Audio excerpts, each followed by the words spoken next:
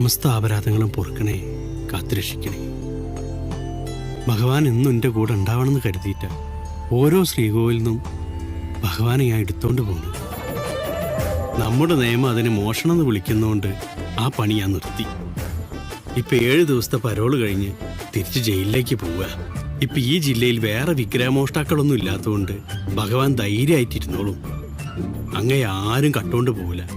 ഈ ഭഗവാൻ ഒരു ആപത്തും വരാതെ സൂക്ഷിക്കണേ. മറ്റു ഭഗവാന്മാരെ കാത്തോളണേ, അനുഗ്രഹിക്കണേ. നമസ്കാരം. ഓ നമസ്കാരം. ഞങ്ങള് ക്ഷേത്ര കമ്മിറ്റിക്കാരാ. ദർശനം കഴിഞ്ഞെങ്കിൽ ഓഫീസിലേക്ക് ഇരിക്കാം. അയ്യോ ക്ഷമിക്കണം, ആദിത്യം സ്വീകരിക്കാനുള്ള നേരല്ല. ഓ, സ്വാമിജി ഏത് ആശ്രമത്തില്? പൂർവാശ്രമം അങ്ങ് വിയൂരാ.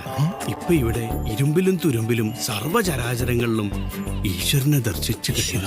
താമസം വേണമെങ്കിൽ ഇവിടെ ഏർപ്പാടാക്കാം. അതെ, സർക്കാരിന്റെ അതിഥി മന്ദിരം അതാ ശീലം. ചെന്നില്ലെങ്കിൽ അവർ കൂട്ടിക്കൊണ്ടുപോകാൻ വരും. പിന്നെ താളമേളങ്ങളോട് ആനയിച്ചു കൊണ്ടുപോകും. അതിനിടവരുത്തും മുമ്പ് അങ്ങ് ചെല്ലണം. ഓ ആയിക്കോട്ടെ. ഭഗവാനെ കാത്തുരക്ഷിക്കണേ. എന്തൊരു തേജസ്സാ അല്ലേ? അതെ അതെ. ഇയാള് നിന്ന നിപ്പില് സമാധിയായോ? May coming sir. വലതുകാലം വെച്ച് കയറാം.